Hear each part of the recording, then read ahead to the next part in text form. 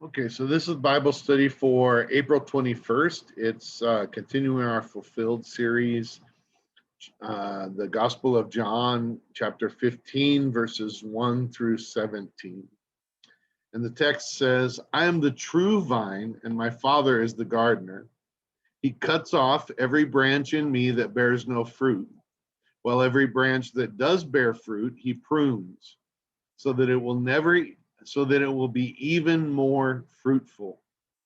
You are already clean because the word I've spoken to you. Remain in me as I also remain in you. No branch can bear fruit by itself. It must remain in the vine. Neither can you bear fruit unless you remain in me. I am the vine, you are the branches. If you remain in me and I in you, you will bear much fruit. Apart from me, you can do nothing. If you do not remain in me, you are like a branch that is thrown away and withers. Such branches are picked up and thrown into the fire and burned. If you remain in me and my words remain in you, ask whatever you wish, and it will be done for you. This is to my Father's glory that you bear much fruit, showing yourselves to be my disciples. As the Father has loved me, so have I loved you. Now remain in my love. If you keep my commands, you will remain in my love, just as I have kept my Father's commands and remain in his love.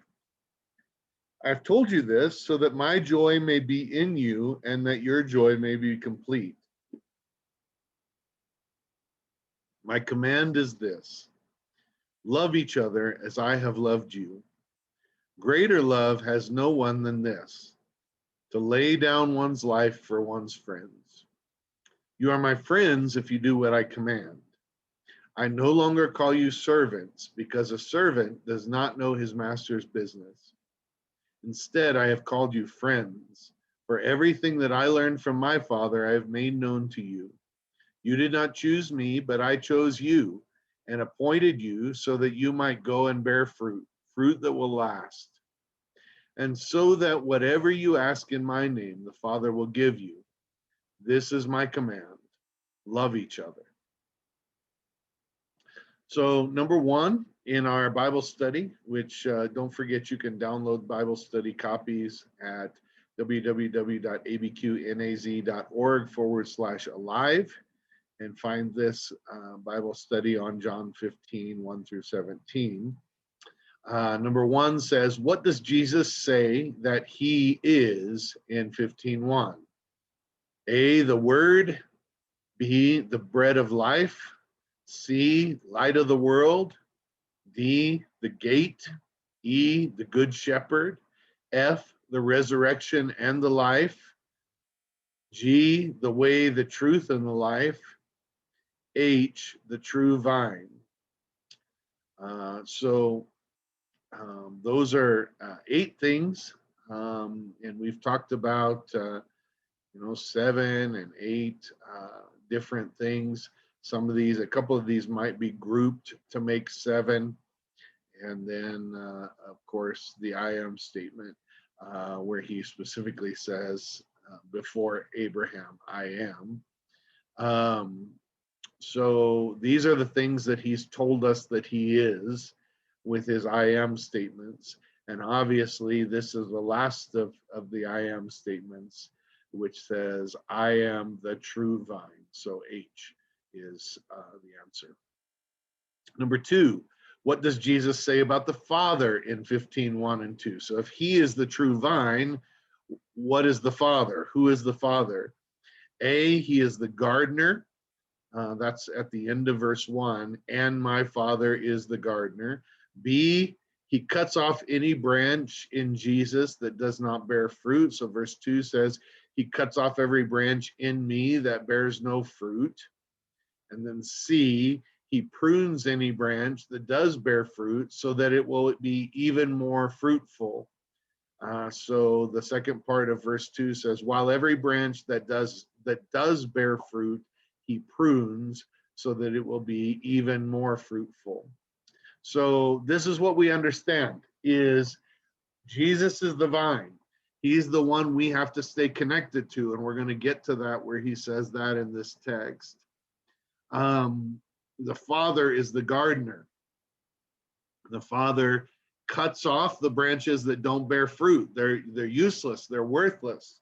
In fact, in some cases, one of the reasons that they're not bearing fruit is because they were already detached in some way. Maybe they weren't cut clean, but they were broken, or somehow the nourishment is not getting there to the ends so that it would bear fruit in a productive way. So he's cutting that branch off that does not bear fruit. Those that do bear fruit, he prunes back, which means he trims. He shapes them. He brings them to a place where they will be more fruitful. If they're a little fat and over, bigger than they need to be, then the nourishment and the water will not get to the fruit, and the fruit won't grow productively, and we won't have. It'll be even more fruitful if he's able to prune them, trim them back. And so what this is telling us is, one, he's the vine. Jesus is the vine that we got to stay connected to. Two, the Father is active in tending the vine as the gardener, which means that he knows what's bearing fruit and what's bearing as much fruit as he wants it to. And so that which is not bearing fruit, he cuts off entirely because it's useless. And that which is bearing fruit, but maybe not be as fruitful as he wants it to be, he trims it back. And he's talking about us. Remember, we are the branches. He's the vine, we're the branches. So are we fruitful? Well, what does it mean to be fruitful? Well, there's a whole lot of things that Jesus has called us to be and to do. Most specifically, he sent us out to make disciples. And so are we being fruitful in making disciples? If there's no fruit, it indicates that we're already dead, even though we supposedly are still a part of the vine. We're not producing any fruit. There is apparently nothing coming. All that nourishment is leaking out somewhere. It's not making it into us somehow from the vine into the branches. So he cuts us off. This is a useless piece. And some of us, if we look at our lives, we say, I am not bearing fruit. I am a useless piece of the vine. I am not really connected to the vine. And if I was, then I would be bearing fruit, but I'm not. And so there's no fruit. And so the Father is gardening, cutting us off. If there is fruit, but maybe there's not as much fruit as the Father wants, which is probably true of most of us, then he is actively pruning us, which means he's trimming us, forming us, making us what we need to be in order to bear more fruit, to be even more fruitful. So if you're not bearing fruit, and we could talk about fruit as in, the reproduction, what fruit is reproducing disciples. We could talk about the fruit of the Spirit, certainly, and what is coming out of us. But either way, I think the statement still stands true that if there's no fruit, he cuts us off because we clearly are already not connected well to the vine. But if there is fruit, then he's about trimming us and making us more fruitful. And so the question is, has he cut you off because you weren't really connected to begin with, and there was nothing there? There was no fruit coming out from the vine into the branches? Or is he actively pruning us? Is he molding us, making us more fruitful? Those are really the only two choices that we're given here. We're branches. We're supposed to bear fruit. If we're not bearing fruit, we're cut off. If we are bearing fruit, we're trimmed so that we can bear more fruit. And that's just an important truth. So if you haven't been cut off, and let's just check, if perhaps we might have been cut off and we didn't realize it because we were already not really connected to the vine. So it can be easy to not notice the difference between not being connected to the vine of our own volition, because we've been shortchanging our connection to the vine, or he's cut us off entirely. We need to check into that.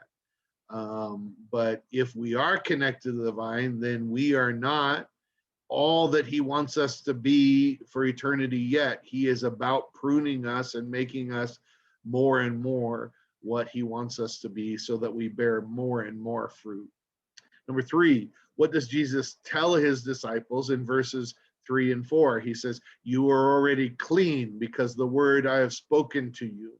So that's A, you are already clean. So that's important because we need to understand that he's talking to people who already have his word, that already have received his word, that already are his disciples. So he's saying you don't have to earn your discipleship. You don't have to earn your salvation, if you will. You're already clean. But then B, he says, remain in me. Remain in me as I am also remaining in you. No branch can bear fruit by itself. So he says, okay, here you are. You're clean. You're a part of the bush here. You're connected to me. Now, stay connected. If you don't stay connected, you're going to have trouble. You're not going to be fruitful. Number 4, why, according to verses 4 and 5, is it so important to remain in him? It says, remain in me as I also remain in you. No branch can bear fruit by itself. It must remain in the vine. Neither can you bear fruit unless you remain in me. So what he's saying is, if you don't stay connected to me, you will not bear fruit. You have to remain in me. You have to remain connected, a part of the vine. And what that says is we really are nothing without him. We are not of value without him. With him, connected to him, there is great value. But without him, we're nothing. We can't bear fruit by ourselves. So if you think you're going to do the things that God has called you to do and do all these good works, you can't do that. You can't be fruitful without being connected to him. So you're going to fall flat. It's not going to work. You must remain in him. And number 5, what does it mean to remain in him according to verses 6 through 12? A, he is the source of life in us. So that's basically the whole metaphor is about this. He is the source. There will be no fruit, no reproduction, no outgrowth of the fruit of the Spirit. None of this will be there. There will be no life without him. We can't bear fruit apart from him. B, his words remain in us. So verse 7 says, if you remain in me and my word remains in you, ask whatever you wish and it will be done for you. So if we're remaining in him, his word remains in us. So we got to hold to his words. Verse 10, we keep his commands. Verse 10 says, if you keep my commands, you will remain in my love. That's what it looks like to remain in him. D, verse 12, we will love as he loved us. So it says, my command is this, love each other as I have loved you. And that's an extension of verse 10 that says, if you keep my commands, you remain in my love. What is my commands? Love as I loved you. And then E, we will bear fruit. If we remain in him, we will bear fruit. If we don't remain in him, we will not bear fruit. Number 6, why, according to verses 14 and 15, does he call us friends and not servants? Verse 14 says, you are my friends if you do what I command. Verse 15, I no longer call you servants because a servant does not know his master's business. Instead, I have called you friends, for everything that I learned from my Father I have made known to you. So he has taught us everything that he knows from the Father. So we're no longer servants. The servants don't know what the Father's up to. Servants don't know the master's business. They just got to blindly do what the master says. But friends work for one another out of love because they know what the purpose of all of it is. They know the business of the friend that they're serving alongside, that they're working with. And so Jesus says, I've told you everything the Father told me, so now you're my friends. You're not my servants, you're my friends, which means you understand the point of all this. You understand the purpose of it. And now you work not just because I've told you to, but because you care about the purpose, because you care about the goal, because you care about what we're trying to do here. You're on board with the mission. So you're not just a servant. You're a friend that's decided to throw in your effort alongside my effort because you believe in what we're doing here. And so that's what Jesus is telling his disciples, and ultimately that's who we all ought to be as his disciples. Is we ought to be so into the mission that we're not servants. We care about what's going on here. We care about the purpose for us gathering together. And so we're doing this as friends of the Savior. Number 7 says, do you know what it feels like to wither because you are disconnected from the vine? And then describe. I would say that most of us do know what that feels like, because most of us have probably at some point in our walk with Christ not been connected to the vine the way we should have been. And if we don't know the difference between withering because we're disconnected and what it's supposed to be like to be connected, to remain in him, then we are pretty much doomed to repeat it and doomed to not do anything about it if we notice it, because we didn't notice it. So we need to recognize that there's a difference between being in the flow of life, if you will, from the vine, his life flowing into us because we've remained in him, and withering because we're disconnected from and I've trimmed trees in my yard, at my family's yards, on the valley property. I've trimmed trees, and you cut them off, and then sometimes you let them sit there for a while to dry out, because you might be going to use them as firewood, or burn them up to get rid of them, or just it takes a while to get them to wherever you're taking them to. And all the leaves that used to be so green and lush and full of life dry out and wither. And you might not be able to tell the difference right away with the wood itself, but you can definitely tell the difference in the leaves, which usually flow with so much life. B, do you know what it feels like to be pruned so that you can be even more fruitful? It's important to know the difference between being pruned and being cut off. Sometimes I think we think we're being cut off when we're really being pruned. And sometimes we're so angry about being pruned that we have a tendency to disconnect ourselves from the vine because we don't like the feeling of being pruned. And we realize as long as we're there, a part of the vine, we will be pruned.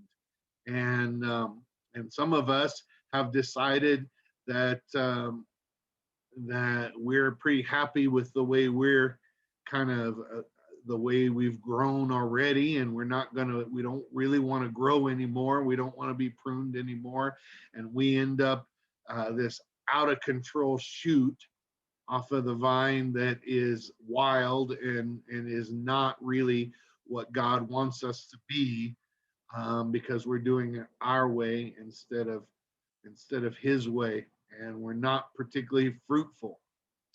And then C, do you see fruit in your life? And let's talk about that. Let's talk about that. I don't feel like it should be either or. I think it should be both and. So let's talk about the fruit of the Spirit: love, joy, peace, patience, kindness, gentleness, self-control. Let's talk about the fruit of the Spirit in our life. And is there fruit in our life of God's active, life-giving flow in us? But also, let's talk about reproduction. Fruit is about reproduction. And are we being fruitful for the kingdom? Are we producing fruit in terms of disciples of Jesus Christ? So, do you see fruit in your life? Do you know what it looks like to have fruit? And if you don't, is it possible that there's a reason? And are you in danger of being cut off? Maybe you're already disconnected, and the being cut off would just be a formalization of what you've already done without thinking, and that's disconnecting from the vine. And then number 8 says, what will you do in response to this scripture? If you find that you're not connected to Jesus as much as you should be, if you find that you're not bearing fruit the way he would have you bear fruit, what are you going to do? How are you going to respond to this? Are you going to get angry with me? Are you going to run away and disconnect? Are you going to ignore it and just stay the way you are and grow out of control with no fruit and not really being what he wants you to be, but trying to at least pretend that you're still connected to the vine? Or are you going to allow him to prune you and give life to you? Are you going to reconnect?